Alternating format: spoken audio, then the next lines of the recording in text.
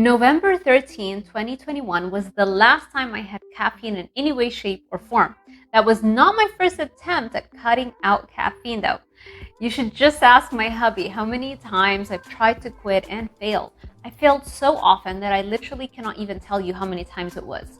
I just remember always being in a cycle of gradually cutting down on the number of coffees I'd have in a day, only to go back to 2 cups a day in a few days. I suspect that I'm a slow metabolizer of caffeine because 1 cup of coffee would last me around 5 hours to finish.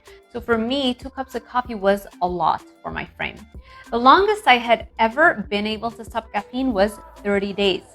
So I did 2 separate caffeine-free months, but went back to drinking it every time. And finally, the last time I quit was on November 13, 2021, and for whatever reason, it stuck. I had the worst headache ever, and it lasted almost all day, which is something I am not used to. Normally, I'll get headaches for like 2 hours and they go away. But I realized that it was the withdrawal effect, so I stuck with it. I took a couple of Midals, and I even ate carbs and desserts, but I made sure not to give in to the caffeine habit again.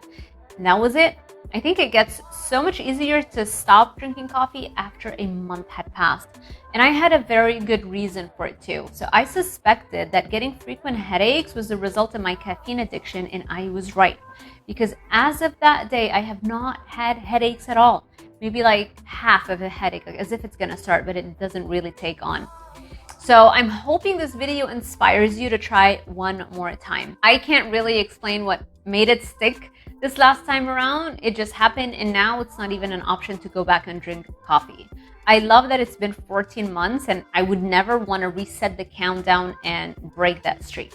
So I don't even get tempted to make me a cup of coffee because it's simply no longer an option for me to consume caffeine. Addiction research reveals that it takes an average of 5 trials to quit a drug. So as long as you try one more time, there's this high chance you will be successful. More good news come from this landmark study that reported that a whopping 75% of addicts resolve their addiction. 60% of them do it without any treatment or outside help. So armed with this knowledge, I think each and every one of you has a very high chance of quitting caffeine just like I did.